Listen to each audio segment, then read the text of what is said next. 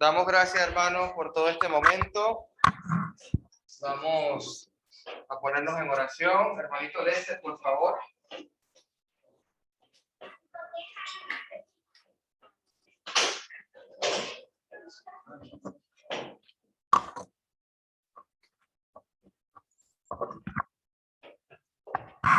Bendiciones, buenos días. Si gustan ponerse en pie para dar inicio. Vamos a orar. Padre Celestial, que está en los cielos, gracias te damos, Señor, por este precioso y maravilloso día que nos está regalando, Señor, por esta lluvia. Te agradecemos. Te agradecemos por cada momento que nos das, Señor, por cada bendición en nuestro hogar, en nuestra vida.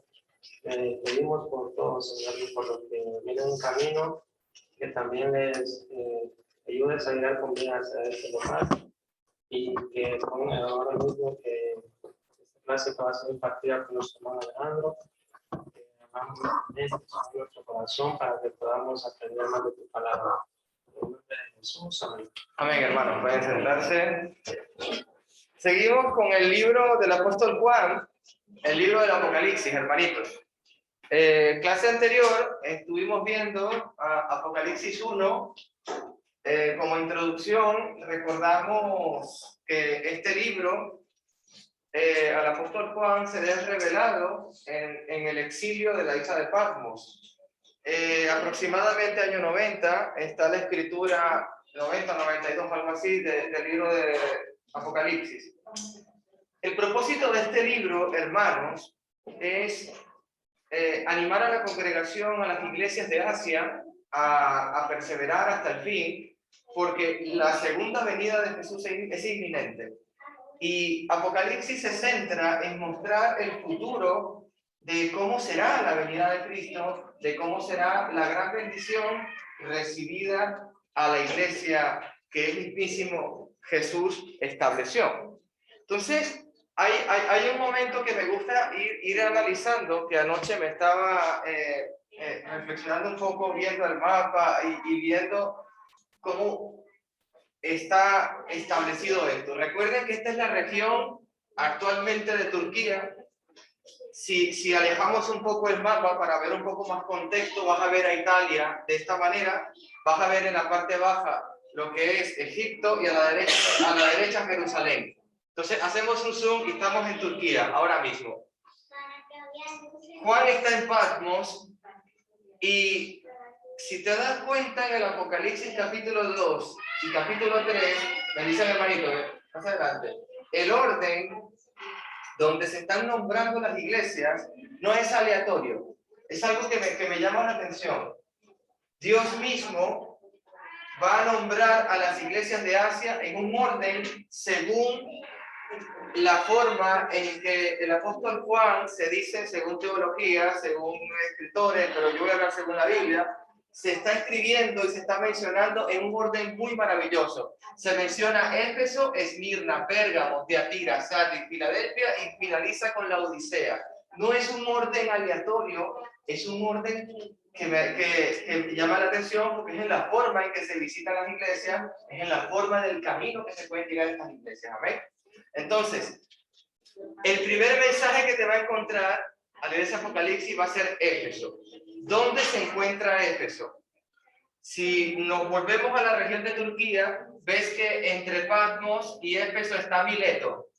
Hay una historia con el apóstol Pablo, que es el que establece la iglesia en Éfeso, que cuando él pasa por Éfeso, estuvo 3 meses. La primera visita en Éfeso, en el segundo viaje misionero. Él establece la obra, pero él tiene que salir, y ¿se acuerdan a quién deja ahí? ¿A quién deja? A un matrimonio maravilloso que trabajaba con él las carpas, ¿se acuerdan?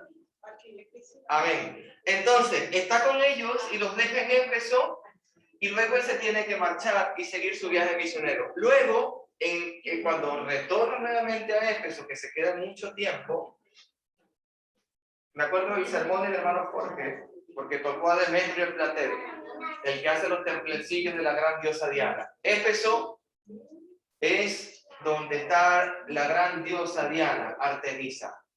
Y allí está Demetrio el platero. Ese Demetrio hace una gran revuelta y hace que Pablo no pueda estar en Éfeso, de manera que cuando Pablo desea de corazón despedirse de los hermanos en Éfeso, no puede, porque ya está exiliado, ya está condenado para irse a Roma a ser juzgado por César y ser muerto, el apóstol Pablo. ¿Qué pasó? ¿Te acuerdas en Hechos que decía que Pablo va a Mileto y hace llamar a los ancianos de Éfeso desde Mileto? Y ahí Pablo, cuando dice su gran discurso final, dice unas palabras maravillosas. Él dice: sé que de algunos de ustedes ya no verán más mi rostro. La congregación se vino abajo, muchas lágrimas, muchos lloros, abrazaron a Pablo porque estaban allí y él había mandado a llamar a los ancianos para despedirse de ellos. Entonces, seguimos hablando un poquito más. Vamos a darle más contexto a la iglesia de Éfeso y el mensaje que tiene el mismísimo Dios, Jesucristo resucitado, para esta congregación. Entonces, ya explicamos la ubicación. Está citada en caminos comerciales muy importantes. Era una parte portuaria donde, si venías por el mar Mediterráneo, aparcabas en Éfeso y podías continuar hacia Roma para llevar mucha mercancía. Era un flujo de mercancía muy importante. También leímos que tenía la gran diosa Diana. Los judíos de esa zona que habían adquirido nacionalidad, eran prosélitos o quizás de nacimiento, estaban allí en Éfeso y estaba la sinagoga, y es en donde Pablo puede ir a predicar y puede ir a anunciar las buenas nuevas de Dios. Lo que mencionaba de que en su segundo viaje misionero es esta parte donde él estuvo por un escaso de tiempo y dejó a Aquila y Priscila en esta ciudad. Luego se quedó espacio de 2 años. Importante, aquí es donde quedé. Pablo, una vez que ya no puede continuar, sino que está preso, Pablo tiene un colaborador muy maravilloso que se llama Timoteo. Timoteo, compañero de mis prisiones. Así es el amor de Pablo por Timoteo. Timoteo ha trabajado en Éfeso, hermano. Pablo le dijo a Timoteo, dejó a Timoteo en Éfeso, a fin de que impidiera que la iglesia quedara corrompida por falsas doctrinas. El trabajo de Timoteo es, no te tengas en poco, Timoteo. Tú eres un hombre joven, pero recuerda lo que has aprendido. ¿De quién? De tu mamá y de tu abuela, que te instruyeron muy bien. Lo que has aprendido de mí, sé imitador mío porque yo no soy de Jesús. O sea, Timoteo se va a quedar en Éfeso para resguardar la palabra, la doctrina, y no permitir que ningún judío ni ningún lobo rapaz cambie o pervierta el rebaño. Más tarde no pudieron pasar por Éfeso. Saben que Pablo es llevado directamente a Roma, pero él pasa por Mileto y llama a los ancianos, lo que ya conversábamos. Seguimos. Entonces, este pasaje, ya teniendo un contexto de quién es Éfeso, qué personajes han pasado por allí, es fundada por Pablo, Aquila y Priscila, maravilloso matrimonio que trabajaron con Pablo haciendo tiendas de campaña para poder vivir personas ahí dentro. Timoteo, su compañero de prisión. O sea, en Éfeso ha trabajado maravillosos hermanos y hermanas para esta obra. Y Dios la tiene en su mano. ¿Te acuerdas cuando decía Apocalipsis 1? Yo tengo las 7 estrellas en mi mano y los 7 candeleros. Las resguardo con ángeles o con los ancianos que ministran, y yo soy el que las sustenta. Y en Juan se habla nuevamente de Éfeso. Así que empezamos. Apocalipsis 2, verso 1. El que lo tenga lo puede leer, hermanito. Solamente vamos a ver en el estudio la iglesia en Éfeso. No vamos a ver otra. Apocalipsis 2, verso 1, hermanito. Lo pueden leer. Amén. Escribe al ángel de la iglesia en Éfeso, el que tiene las 7 estrellas en su diestra y el que anda en medio de las 7 candeleras de oro, dice esto: yo conozco tus obras en lugar de trabajo. El 1 solamente, mi hermanita. No se preocupe. Bendiciones, bienvenido. Dios le bendiga. Estamos en Apocalipsis capítulo 2, hermanito. Vamos a estar estudiando la iglesia en Éfeso. Entonces, fíjate cómo empieza. Escribe. ¿Quién está escribiendo? ¿Quién es el escriba? ¿Cómo se llama? Juan apóstol, ¿vale? Entonces, Juan le está diciendo, un ángel, escribe, Juan, por favor, lo que yo te estoy diciendo. Pero ese mismísimo ángel, ese mismísimo Señor que está con él, sabemos que el mismísimo Dios le ha tocado a Juan. Soy yo estuve muerto, pero aún vivo. Es un bálsamo para Juan. Acuérdate que el corazón de Juan puede que esté un poco mal, un poco triste, angustiado, está solo, está muy aislado, exiliado en Patmos, por predicar a Jesús, por el testimonio que tiene por Cristo, no paraba de hablar nunca de Jesús. Y por eso él está solo allá. Quizás Dios lo ama tanto que le da un respiro a Juan. Mira, no estás solo, Juan. Esto es un bálsamo para ti, pero también necesito que ayudes a los hermanos. Tú eres muy fuerte, Juan, pero también hay muchos hermanos que necesitan también fortaleza espiritual. Se está restaurando el corazón de Juan y nos está restaurando a nosotros. Es una maravilla de carta. Entonces, Dios le está diciendo específicamente a Jesucristo, dile este mensaje a Éfeso. ¿Saben qué me da a entender a mí? Jesús conoce a cada una de su iglesia en particular.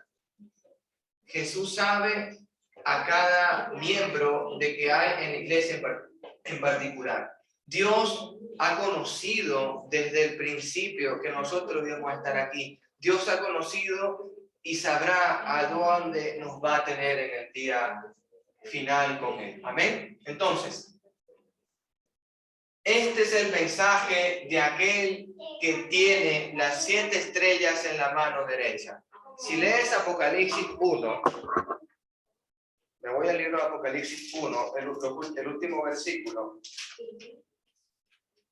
¿Te acuerdas que leíamos en el 20? Este es el significado del misterio de las 7 estrellas que viste en mi mano derecha y de los 7 candelabros de oro. Las 7 estrellas son los ángeles y las 7 iglesias y los 7 candelabros son las iglesias. Entonces, Dios las tiene en su mano, hermano. Dios las tiene en su mano. Cuando tú llevas de la mano a tu hijo, es para que no se caiga, para que no se pierda, para conducirlo por el camino que tu papá o mamá quieres que vaya tu hijo, para conducir a tu matrimonio junto por donde tú quieres que marche tu matrimonio. Dios nos tiene de la mano porque Él desea llevarnos con Él ¿a dónde? A la eternidad. ¿A dónde quiere llevarnos Jesús de la mano? ¿Nos está llevando de la mano a dónde? A la vida eterna, a la nueva Jerusalén, que está mostrado en Apocalipsis. Me está llevando de la mano el mismísimo Dios que va a enjuagar toda lágrima. Entonces, Él camina en medio de los 7 candelabros de oro. Cuando Él dice, estando en vida en su ministerio, antes de morir y volver a vivir para siempre, Él decía, si hay 2 o 3 congregados en mi nombre, yo estoy ahí. Aquí está Dios, hermano. Aquí está Jesús. Aquí está gracias al sacrificio maravilloso de mi Señor. Tanto el Padre, el Hijo y el Espíritu Santo, la gran Trinidad perfecta, hoy nos hablan a través del Apocalipsis. Es un libro no de temor, no es un libro oscuro, es un libro de ánimo, de un bálsamo para un hombre exiliado solo en Patmos. Ponte a pensar, cualquier isla que tú conozcas, y ahora mismo te dejen solito allí. Te dejen solo. Y no vas a estar un día, vas a estar años tú solo. Tú mismo vas, te cocinas, tú mismo vas a pescar. Este hombre la tiene muy bien, porque sabemos que el oficio de Juan es pescador. No va a pasar hambre. Sabe coger una red, sabe fabricarla, sabe hacerse lo que necesite para ir a sacar el sustento diario para su vida. Pero el hecho es que la vida solo es dolorosa y Juan necesita del amor de Dios. Esta carta es tanto para Juan como para la iglesia. El que anda en medio de los 7 candeleros de oro es Jesús. Él tiene las 7 estrellas en su diestra, como lo estamos leyendo. La segunda parte. ¿Está Dios interesado por la iglesia? Yo pregunto. Yo creo que sí está interesado. El hecho es, ¿yo estoy interesado por Dios? Porque Dios tiene toda la intención de estar pendiente de mí. Dios tiene todo el tiempo, toda una eternidad, toda su atención está dispuesta a su iglesia. Nosotros tenemos que ser imitadores del Maestro. Mire con cuidado estas cartas. El Señor del universo, el Señor, el Creador, conocía cada una de las iglesias y la situación precisa que estaba sucediendo. Usted sabe que Jesús sabe su dolor, su enfermedad, su angustia, su mayor temor. Lo conoce Dios, hermano. Versículo 2, ¿lo pueden leer? Apocalipsis 2:2. Seguimos estudiando. Yo conozco tus obras y tu arduo trabajo y paciencia, y que no puedes soportar a los malos. Y has probado a los que se dicen ser apóstoles y no lo son, y los que has hallado mentirosos. Amén. Vamos a ver cómo Dios empieza a elogiar a una iglesia en Asia, específicamente en Éfeso. ¿Cómo se vive en Éfeso? Pregunta. ¿Es un puerto? Hay mucho paganismo, hay mucha idolatría. Está el templo de la gran diosa Diana de los Efesios. Hay muchos mercaderes vendiendo templencillos, inclusive los plateros con Demetrio. Ya había ocurrido la expulsión de Pablo de Éfeso por culpa de que sus ganancias se estaban viendo corrompidas por predicar a Jesús. Éfeso es una ciudad compleja, es una ciudad donde es difícil continuar el camino. Bendiciones, hermanitos. Pero mírate cómo le dice Dios a esta iglesia. Yo sé todo lo que están haciendo. He visto tu arduo trabajo y tu paciencia y perseverancia. Hay que tener paciencia y perseverancia con el estilo de vida de Éfeso. Hay que tener paciencia y perseverancia con nuestra casa, hermano. Hay que tener paciencia y perseverancia con esta ciudad que hoy nos acoge. No podemos ser intolerantes y no podemos llevar una vida de agobio o de ira o de enojo por culpa de las cosas que vemos. El hecho que te aflijas no significa que eso va a hacer que tu vida no sea luz. Tu vida debe seguir siendo luz. Te voy a poner otro caso. En Éfeso está ocurriendo esto. ¿Qué ocurría en Sodoma y Gomorra?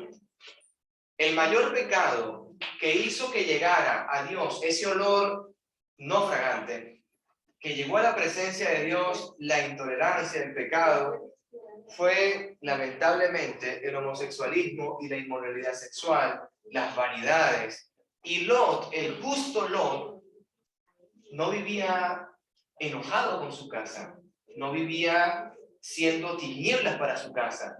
El justo Lot afligía su alma por lo que estaba viendo. Y trató de que se salvase Sodoma y Gomorra. Lot trata de salvar Sodoma y Gomorra, aunque para Dios es irreversible.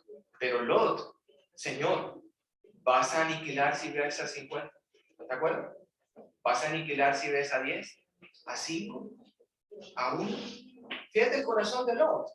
Me gusta mucho el corazón de Lot, porque Lot desea salvar una ciudad que quizás para mí no tiene significado alguno. ¿Usted sabe qué hizo el apóstol Jacobo, el apóstol Juan y los apóstoles cuando fueron en misión por Jesucristo? Vayan y prediquen. Y cuando fueron a Samaria, ¿saben qué pasó?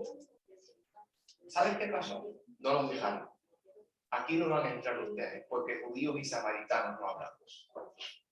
¿Sabes qué dijo el apóstol a Jesucristo? Señor, ¿tú nos dejarías que oremos al Padre para que descienda fuego del cielo y azufre y los consuma a todos?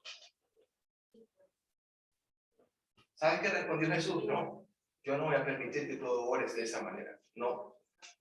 Cuando Jesús se muere, resucita y va al cielo, había un evangelista llamado Felipe y está en Samaria predicando.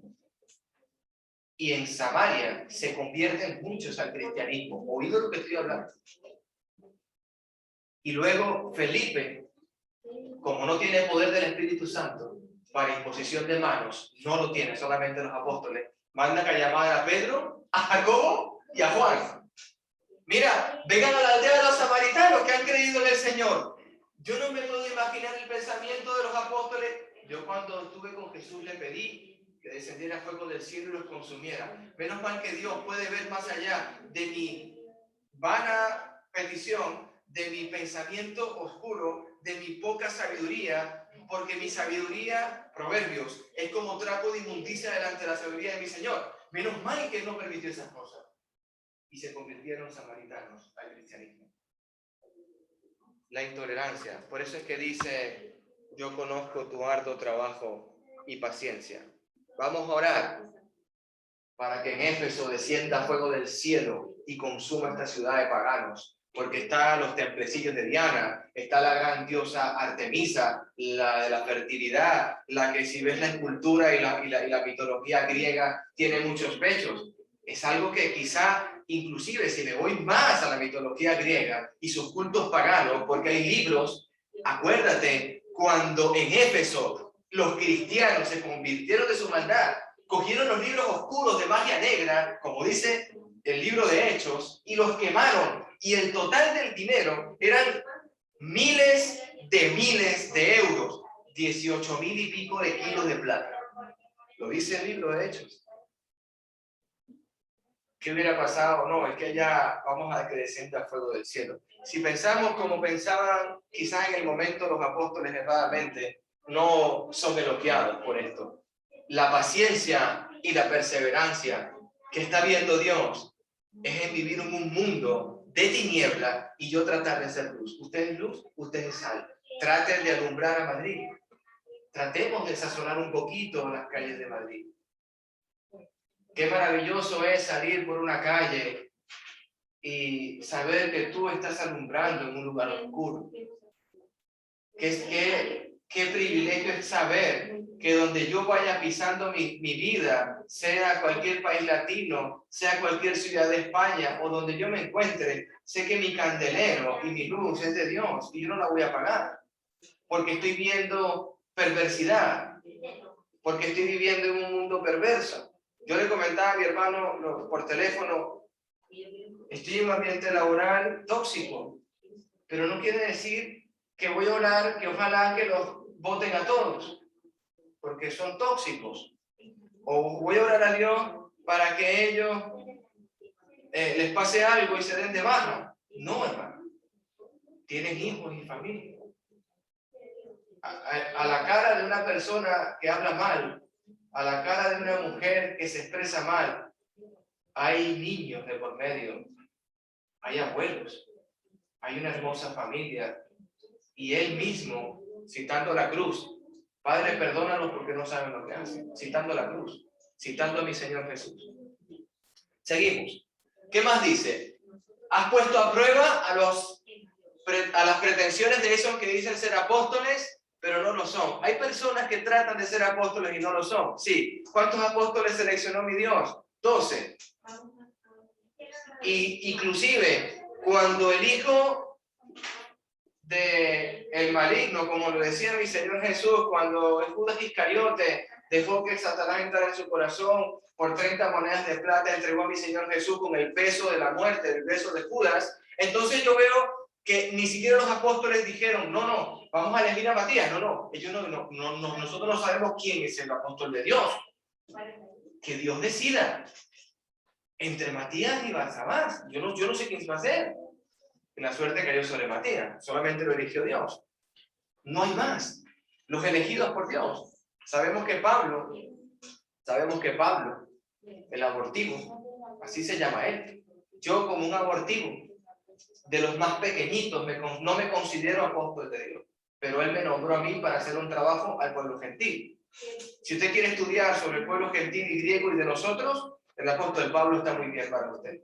Si quiere saber un poco más del pueblo judío y de lo que pensaban los judíos y el sistema sacrificial, váyase a Pedro, váyase a los otros apóstoles que hablan muy bien y saben muy bien acerca de estos temas judíos. Seguimos estudiando. Entonces, has descubierto que ellos son mentirosos. Efectivamente, descubrir los falsos apóstoles. Durante largo periodo de ese Éfeso se había negado a tolerar el pecado de los miembros.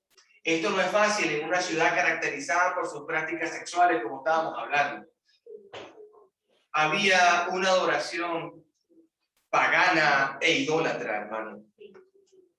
Para que usted sepa algo, habían unos ídolos pequeños que si van a cualquier museo de España, inclusive en Extremadura, lo pueden encontrar, en Mérida. Aquí en España, Extremadura, está el gran templo de la diosa Diana de los Efesios. Le digo que es una maravilla visitarle, porque va a entender que la Biblia no es una historia. Va a entender que la Biblia es real. Va a entender que cuando vaya a Segovia, está el canal romano para conducir agua. El imperio de Roma existió, no es un cuento. Cuando vaya a Extremadura va a haber el templo de Diana y va a haber una inscripción. Aquí hubo una gran guerra cuando los cristianos destruyeron esto. Hubo una gran guerra. Los cristianos destruyeron.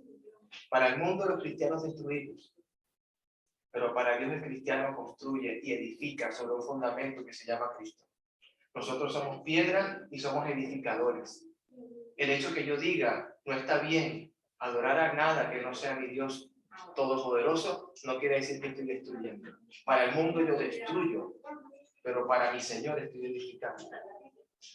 Es importante lo que dice, es popular el ser tolerante con diversos pecados, llamándonos disensiones personales o estilos alternos de vida. Pero cuando el cuerpo de los creyentes, oído hermanos, para nosotros, esto es maravilloso. Cuando el cuerpo de los creyentes empieza a tolerar el pecado en la iglesia, las normas se van reduciendo y se ponen en peligro los testimonios de los creyentes.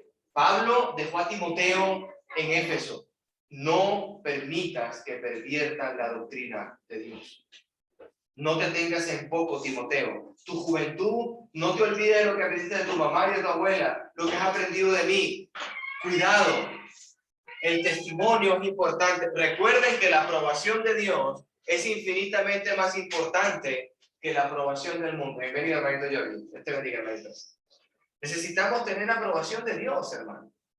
Yo no necesito que me apruebe el mundo. Yo no necesito esperar que alguien me diga de allá afuera, Alejandro, lo estás haciendo bien. Yo necesito que mi vida, a través de la Escritura, yo mismo me doy cuenta si lo hago bien o no. Yo mismo. Porque si yo estoy casado, pregúntale a tu esposa, ¿cómo estás tú? No le preguntes al de afuera. Si tú tienes una relación con tu esposa y tú quieres saber cómo estás tú, no necesitas ir afuera. La que te está viendo toda tu vida y cómo te desenvuelves es tu esposa o tu esposo. Hijos, pregúntale a tu mamá y a tu papá cómo te estás portando. Hijos, pregúntale a tu papá lo que necesites saber. La aprobación del mundo, no. Si, lo he dicho antes, si alguien tiene un problema matrimonial y va a un psicólogo de este mundo, es que no los toleramos. Ya yo no la soporto. Y él no me soporta. ¿Sabes qué le va a decir el psicólogo de este mundo? Divórciate y yo los dos los voy a llevar por una salud mental y efectivamente los dos van a estar bien. No lo niego, porque el trabajo de psicología es maravilloso y hay unas carreras profesionales para esto. Si te vas a un anciano de la iglesia o un ministro de la congregación de la Iglesia de Cristo, también te va a poner un trabajo espiritual de una correcta relación con Dios y te va a decir, vamos a ver qué problema tienes tú con tu mujer y qué problema tienes tú con tu hombre y vamos a tratar de resolver la vida. Porque cuando se daña algo es para repararlo, no para botarlo. ¿Por qué las cosas perduran? Porque las reparamos. El hecho cuando se daña algo yo no lo tiro. Cuando Jesús habló del divorcio, porque eso está en el Nuevo Testamento, la carta de divorcio existe, porque eso es palabra de Dios. Dios le responde a la multitud. Oíste lo que fue dicho, que darás carta de divorcio, pero yo he dicho que en el primer momento no fue así. Mi Padre, yo y el Espíritu Santo no instituimos el pacto matrimonial para que ellos lo violaran, porque ella olía mal, porque ella se expresaba mal, porque ella envejeció y ya no tiene la misma ternura cuando era joven. Su piel no está igual que cuando estaba ahora de vieja, entonces la repudio porque ya no me gusta. No, el pacto matrimonial que yo hice con ustedes era que estuvieran juntos hasta la muerte. Porque el que ama a su esposa es para toda la vida y el que ama a su esposo es para toda la vida. Pero la carta de divorcio se las dio Moisés por la dureza que hay en sus corazones. Cuando usted dé carta de divorcio, piensa en las palabras de Dios. Tengo un corazón duro, voy a dar una carta de divorcio. Está en la palabra de Dios. Versículo 3, por favor. ¿Lo pueden leer? Esto es un estudio, pueden hacer preguntas, comentarios. Versículo 3. Y se les aparecieron lenguas. Ay, perdón, hermano. Apocalipsis 2, 3. Y has sufrido y has tenido paciencia, y has trabajado arduamente por amor de mi nombre, y no has desmayado. Amén, hermano. Entonces, eres paciente, eres perseverante. Nuevamente, la paciencia sale a relucir. Eres paciente. Y no te has dado por vencido. No has permitido que toda Éfeso encima, que toda la información de Diana, de los Efesios, la información de Roma, de Balaal, de los templecillos, no has permitido que los juegos de Roma, que todo lo que hacían en Esmirna, que eran los grandes juegos de los gladiadores más arriba, no has permitido nada que perturbe tu corazón cuando matan a tus hermanos en Cristo, en foso de leones, se distraen con ellos matándolos a filo de espada como un gran circo entretenido para los romanos. No te has dado por vencido. Sé que has sufrido, porque el que diga que tú sigues sirviendo a Dios, entrégalo a los leones. Tú sigues sirviendo a Dios, crucifícalo, porque la cruz no terminó con Jesús, hermano. Esa cruz continuó matando personas. La cruz no significa un plan de, wow, qué bonita es la cruz. Gracias a la cruz, hermano, para que lo tengas en contexto, es un instrumento de muerte. Es un instrumento donde el romano lo creó. Vamos a ver de qué forma podemos matar a alguien de la forma más terrible, de la forma más humillante, más dolorosa y que muera lento. La cruz es eso, un instrumento de muerte. El que es colgado en un madero no bajaba con vida. Yo no voy al madero a pasar un rato y bajar y estar con mi vida otra vez. El que subió un madero moría. Conozco tu paciencia. Sé lo que estás viviendo. Lo conozco. Cristo elogia a la iglesia por su arduo trabajo, por su paciencia, resistencia al pecado, examina cuidadosamente a lo que son falsos apóstoles, ha sufrido paciente y sin claudicación, o sea, no ha permitido que nada lo quite de donde está fundado. Está muy bien la iglesia en Éfeso. Toda iglesia debe tener esas características. Eso es lo importante. Aquí no significa que es algo difícil de lograr. Arduo trabajo, paciencia, resistencia al pecado y examinar bien quiénes son falsos maestros. Hermano, somos bienaventurados, hermano. Somos bienaventurados. Usted está trabajando en su casa por servir a Dios. Usted tiene paciencia por lo que ve en su trabajo, por lo que está viendo en sus familiares que no son creyentes, que quizá usted por su testimonio logre ganarnos a ellos. Usted se está examinando cuidadosamente de lo que le están diciendo. Usted está leyendo la palabra a ver si lo que yo estoy hablando es cierto. Usted está haciendo como los hermanos de Berea, los berianos. Cuando Pablo predicaba, cogían los pergaminos. Vamos a ver si Pablo está hablando la verdad. Sí, está diciendo la verdad. ¿Corregían a Pablo? No. Certificaban que Pablo lo que estaba citando y lo explicaba era correcto. ¿Sufrían? Sí. La iglesia tenemos esa iglesia de Cristo, ¿no? Acabamos de leer la iglesia de Cristo. Estamos estudiando Tesalonicenses. Esta semana me hizo acordar que la iglesia modelo, por decirlo de una manera, una iglesia modelo de Cristo, los tesalonicenses. Veo que sufres. Veo que estás en gran prueba de tribulación. Pero estos buenos esfuerzos deben surgir de nuestro amor a Cristo. Tanto Común como Juan relacionaron el amor los unos con los otros en una prueba auténtica del Evangelio. Versículo 4, hermano, por favor. Empezamos ahora con la exhortación. Pero tengo contra ti que has dejado tu primer amor. Versión Nueva Traducción Viviente. Pero tengo una queja en tu contra. No me amas a mí, ni se aman entre ustedes como al principio. Yo conozco tu arduo trabajo, yo conozco tu paciencia, yo conozco que no toleras a los falsos apóstoles, falsos maestros. Yo conozco y sé que has tenido firmeza y no te has ido ni a izquierda ni a derecha. Pero ¿sabes qué ha pasado? Tanto trabajo que tienes en Éfeso, tanto conocimiento que has adquirido, te has olvidado del primer amor. Tú imagínate llegar aquí, estudiar la Biblia, conocer mucho a Dios y no saber los nombres de ninguno de nosotros, no conocer ninguna de nuestras necesidades, no ponernos a disposición por si alguno aquí tiene algún problema y usted puede resolvérselo.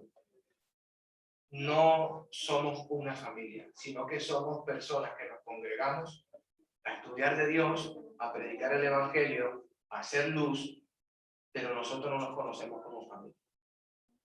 ¿Cómo vivirá una familia así? Imagínate un núcleo familiar.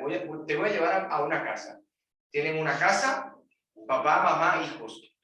Papá va a trabajar, mamá trabaja, los niños en el colegio son maravillosos, excelentes notas, regresan, comen, se alimentan, todo, vuelven cada quien a su tarea, los niños crecieron, se casaron, y momentos de papá, ¿qué pasa? ¿Cómo te sientes? Mamá, ¿cómo te sientes? Los hijos, ¿te has tenido algo? ¿No has tenido aquello? ¿Cómo llevamos? ¿Cómo compartimos?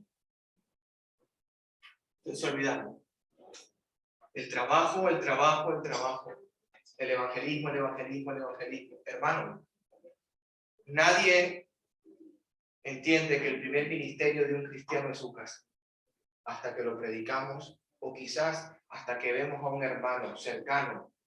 Estoy hablando de la vida real y me conmuevo porque es lamentable, viendo como un hermano mío, con dones de predicación, dones de evangelismo, entregó al 100% su vida y quebró su matrimonio. No es posible eso. No es posible que mi don lastime al vaso más frágil que Dios me ha dado. No es posible que mi don dañe. Bienaventurado el que alcanza la benevolencia de Dios, una esposa. Si yo daño a mi esposa, no debía haberme casado. Yo no me he casado para dañar. Yo no me he casado para lastimar. Yo no me he casado para predicar a Dios y olvidarme de mi familia. Ellos están dedicados su vida al trabajo por la obra y se han olvidado de ellos mismos. Pablo había elogiado a la iglesia de Éfeso por su amor y de los demás. Efesios capítulo 1, verso 15 lo dice. Pero muchos de los fundadores de la iglesia, hermanos, oído, ya habían muerto y la segunda generación de creyentes había perdido su fervor espiritual. Cuando usted salió del bautismo, yo me bauticé en el 2008. Yo cuando salí del bautismo, yo quería comerme el mundo, hermano. Yo quería, hermano, dígame dónde hay estudio, dígame dónde hay esto, dígame, yo quiero predicar, yo tenía un deseo. Y yo digo, ¿y qué pasaría, ahora hablando con mi cuñada anoche, si yo soy electricista, voy a poner que es mi oficio de profesión, y yo soy el electricista más sabio del mundo? Yo descubrí muchas cosas, voy a poner una hipótesis muy grande, y tengo el conocimiento más grande que puede existir en electricidad. Inclusive logré definir cómo transmitir corriente eléctrica, como lo quiso hacer Tesla una vez, a través de un conductor eléctrico. Maravilloso, lo logré. Y ya no quiero seguir trabajando en la electricidad, ya no me importa la electricidad y me dedico ahora a ser agricultor. No quiero más nada de eso. Entonces, tengo todo el conocimiento de la palabra, tengo toda la sabiduría de Dios, pero perdí el entusiasmo por Dios. Soy un doctor de la ley y no obedezco a la ley. Soy un maestro de la ley y no vivo la ley. Es difícil vivir así. Era una iglesia muy activa en sus miembros, hacían mucho en beneficio propio por la comunidad, beneficio por ellos, por la comunidad, por todo, se movían. Pero por motivos equivocados, hermano. El hacer algo por Dios debe estar motivado por el amor por Dios, y eso es lo que tenemos que tener en cuenta. En esto los conocerán que son verdaderamente mis discípulos.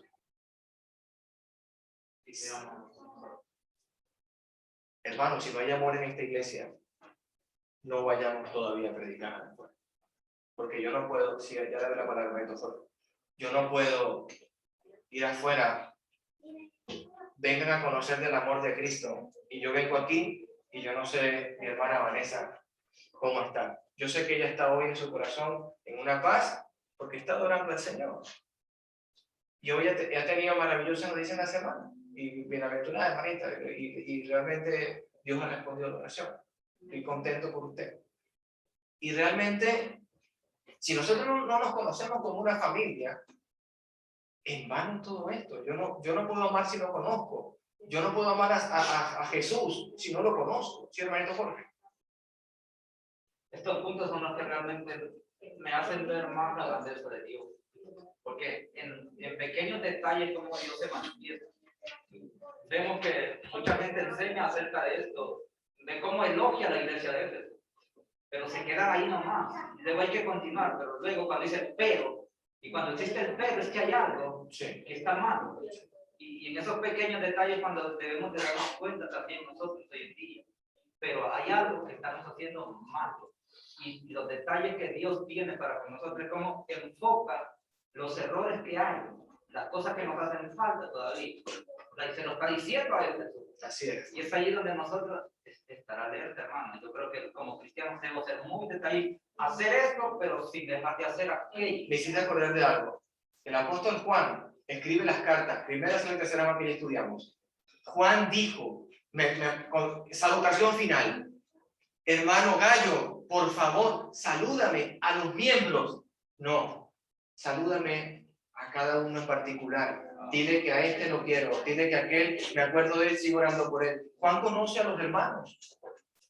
El ministro, oído aquí, el ministro, el hermano, la iglesia, no hay jerarquía, hermano, me refiero. Hay dones que se ponen al servicio de Dios. El que está predicando hoy, amén. Yo estoy predicando, amén, gloria a Dios. Pero usted si no está allí, usted lo necesitamos, hermano. Porque Jesucristo, cuando estuvo en la cena, siendo el rabí, siendo el maestro, cogió una toalla y un lebrillo, hermano, se lo ciñó y le empezó a lavar los pies a Pedro. No, a mí no me lava los pies. Esto es un oficio terrible. No, yo te tengo que lavar los pies, porque si yo no te lavo los pies, tú tienes parte conmigo. Y Pedro se dejó lavar los pies, y lávame entero, Señor, si es posible. Lávame entero. Y le digo, ¿entiendes lo que he hecho? Eso está en el Evangelio de Juan. ¿Entiendes lo que he hecho? Que los gobernadores de este mundo se enseñorean de naciones y los oprimen. Cualquier parecido con la realidad, usted lo comenta. Pero entre ustedes no será así. El que quiera hacerse primero será vuestro servidor. ¿Usted sabe por qué estas enseñanzas ahí? Los hijos del trueno. ¿Sabe cómo se llama? Este es un hijo del trueno, Juan. Los hijos del trueno, con su mamá, tenían miedo. Mami, ¿puedes ir a hablar con Jesús? ¿Una cosita? Sí, ¿qué quieres, hijo? Dile que en su reino estemos a la derecha y a la izquierda, tus hijos ahí al lado del maestro. Tenían privilegio. En la cena, ¿entienden lo que he hecho? ¿Saben qué es una exhortación, hermano? Era una exhortación. Juan, no necesitas privilegio. Jacobo, no lo necesitas. Porque harás cosas más grandes de las que yo voy a hacer. ¿Saben qué cosa hace esta iglesia más grande que la que ha hecho Jesucristo? Traer una persona de la muerte a la vida. Cuando ustedes anuncian el Evangelio, dice Jesucristo, hacen obras más grandes. Traer una persona de las tinieblas a la luz. Hermanito Jordi. Muchas veces, como yo creo, yo opino, que mi experiencia ya el trayecto de conocer la Sagrada Escritura y ir de iglesia en iglesia buscando la iglesia de Cristo. Pero pasándome está aquí escrito. Amén, hermano. Como los verían. Entonces, ¿qué pasa? Que claro, he llegado a una conclusión que hay tres casos, ¿no? Hay dos polos opuestos que son el legalista Sí, y el liberalista. correcto. El legalista que da lineazos, pero que parece que quisiera el liberalista que todo vale, que una vez sacado y empezando y haga lo que tú hagas, que igual vas a hacer algo y todo vale, ¿no? Y Dios es amor y esas cosas así. Bueno, no está mal. El legalista tampoco pareciera que estuviera mal, es que yo he llegado a una conclusión de ser fundamentalista, más bien que legalista o liberalista. ¿En qué sentido? Los extremos son nocivos y dañinos. Cualquier extremo, hermano, no funciona. También se ve un diseño, por ejemplo, en el estudio de hoy. El que quiera ser el primero es el servidor de todos, hermano. Esa es. Dios resumió toda la ley en el mandamiento del amor. En el mandamiento del amor. Mira hasta dónde has caído. Mira hasta dónde has caído. Ya está caído. Hermano, la palabra está hablando. Mira hasta dónde has caído. Ya caíste. ¿Vale? Esto es cuando tu papá y tu mamá te dicen a los hijos, ya caíste. Y viene ahora cómo levantarte, porque el papá y la mamá no te van a dejar en el hoyo. Los padres no hacemos eso. Los padres levantamos al niño, levantamos al hijo. Vuélvete a mí y haz las obras que hacías al principio. ¿Te acuerdas cuando te recién bautizaste? Que no estabas tan pendiente de las cosas de afuera, sino que estabas pendiente de lo que pasaba adentro, lo que le pasaba a Roy, lo que le pasaba a Brian, a mi hermana Ana. ¿Te acuerdas? Que no estabas tan pendiente, oye, estoy pensando en el barrio de San Cristóbal, de Villaverde, estoy pensando en el barrio de Alcobendas, ¿no? ¿Te acuerdas lo que pasaba allá con mi hermanita Vanessa? Gracie, ¿te acuerdas de ellas? Deja de pensar tanto afuera y empieza a pensar dentro. Deja de ubicar tanto tu corazón en las cosas, de abarcar todo el mundo y ubica tu rebaño, tu familia. Vuélvete al primer amor. Haz una comida, haz un ágape, ora, haz una velada. Haz lo que tengas que hacer, hermano. Vuélvete al principio. ¿Qué hacía iglesia primitiva? Hechos capítulo 2. Partían el pan con alegría y sencillez de corazón en las casas y permanecían juntos unánimes en el templo cada día. Tenían todas las cosas en común. Vuélvete al principio. ¿Lo estamos entendiendo? Hechos capítulo 2. Si no te arrepientes, si no vuelves a partir el pan en las casas, en alegría y sencillez de corazón, en un ágape familiar, juntos en oración, ve al templo, ora a Dios. Vendré y quitaré tu candelero de tu lugar entre las iglesias. No quieras, yo voy a hablar, Alejandro habla ahora, no voy a dar la palabra. Yo creo que estoy pensando, oye, como estamos en una ciudad de Éfeso tan de renombre, tenemos que portarnos a la misma altura. No, hermano. Vuélvete a la humildad. Dios quiere ser contigo lo que es. Esto es lo que acabo de conversar. Así como cuando un hombre y una mujer se enamoran, los nuevos creyentes experimentan entusiasmo cuando se dan cuenta cuán importante es el ser perdonado. Pero cuando perdemos de vista la serenidad del pecado, empezamos a perder el entusiasmo por nuestro perdón. Hermano, ¿hasta cuántas veces voy a perdonar a mi hermano Roberto Linares? Yo lo perdono hasta 7, ¿oye, hermano? Más de 7 no paso de él. Jesús dice siempre lo vas a perdonar. ¿Hasta cuánto tengo que tolerar a mis hermanos? Todo, siempre lo vas a tolerar. Siempre. El que Jesucristo quite el candelero de su lugar, ¿qué significa? Dejar de ser una iglesia eficiente, hermano. Así como los candeleros de los 7 brazos del templo daban luz a los sacerdotes. Esto es muy apocalíptico, muy visual. Acuérdate, si el mismo apóstol Juan quizás no entendió en su totalidad lo que estaba observando, menos nosotros. Pero lo que me llama la atención es que cuando Dios dice, voy a quitarte algo, yo creo que no es algo bueno. Viéndolo muy sencillo, muy plano, muy transparente y muy simple. Es necesario que Dios nos mantenga allí. Pero tienes esto a tu favor. Odia las obras malvadas de los nicolaitas, al igual que yo. Hay muchas historias de este nombre. Le vamos a dar la más elemental. Si Dios no tolera a las obras de estos malvados nicolaitas, simplemente son una secta, simplemente doctrina diferente. No importa si provengan de Balaam, de Baalpeor, o si eran de Éfeso o no lo eran.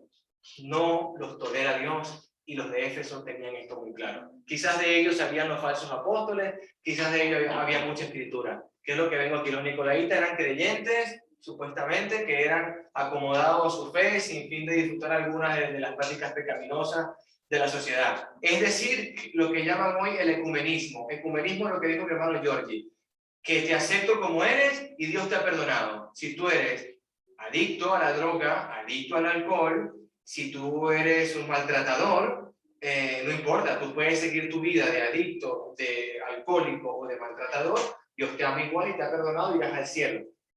Y Dios dice, si no te arrepientes de tu maldad, si no te conviertes de tu pecado. Eso es una secta que se puede decir de esta manera. No quiero profundizar en esto. Por medio de Juan, Jesucristo elogia a la iglesia en Éfeso para aborrecer las obras perversas de los nicolaitas. Esto es lo importante. Nótese que no aborrecen a las personas, sino a su conducta pecaminosa. Esto es lo importante. Si alguien llega aquí diciendo, yo adoro a la diosa Diana, yo quiero presentarte ahora a un Dios que tiene ojos y ve. Yo te quiero presentar ahora a un Dios que tiene oídos y escucha. Te quiero presentar a un Dios que tiene pies y camina. Y que está vivo. Y que te dará vida eterna. Como decía el apóstol Pablo. Griego me hago griego, judío me hago judío para ganar aunque sea uno. Si llega alguien allí, yo adoro al santo y a Baalpeor. Yo te quiero presentar a alguien que creó este mundo entero, y a ti y a mí, y te puede dar de comer del árbol de la vida. Te lo quiero presentar. ¿Amén? Es la forma. Todo el que tenga oído para oír, final de versículo, oír debe escuchar al Espíritu y entender lo que dice a las iglesias. A todos los que salgan vencedores les daré el fruto del árbol de la vida que está en el medio del paraíso de Dios. Usted sabe, Génesis, abra su Biblia por favor, Génesis capítulo 2, versículo 9. Génesis 2:9, el que lo tenga lo puede leer, hermanito. Génesis 2:9. Dios hizo nacer de la tierra todo árbol delicioso a la vista y bueno para comer. También el árbol de la vida en medio del huerto y el árbol de la ciencia del bien y del mal. Amén. ¿Cuántos árboles hay en el huerto? Amén, hermano Jorge. Hay 2 árboles. Le quiero decir algo. Como Adán comió, oído lo que te voy a decir, como Adán comió y se le desveló el bien y el mal, ¿usted sabe discernir hoy del bien y del mal? ¿Sí o no? ¿Quién lo sabe? Usted sabe lo que estaba y lo que está bien. Ya tenemos ese árbol en nosotros. ¿Sabes qué árbol no tiene usted? El que está mencionándose en el Apocalipsis 2:7. El que está en el huerto. Que viene Dios y dice, vamos a poner una espada para que resguarde el árbol de la vida. No sea que Adán,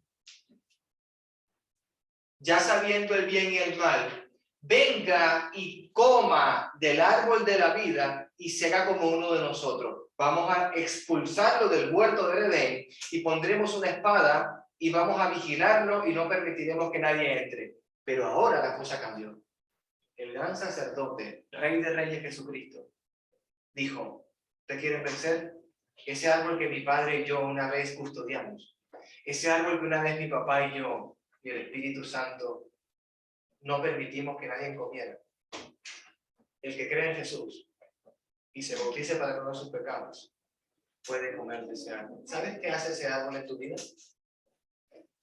Te va a dar la vida eterna, te va a hacer incorruptible, te va a hacer una persona que puede estar en el mismo lugar donde está Dios. Un apóstol le dijo, muéstranos al Padre.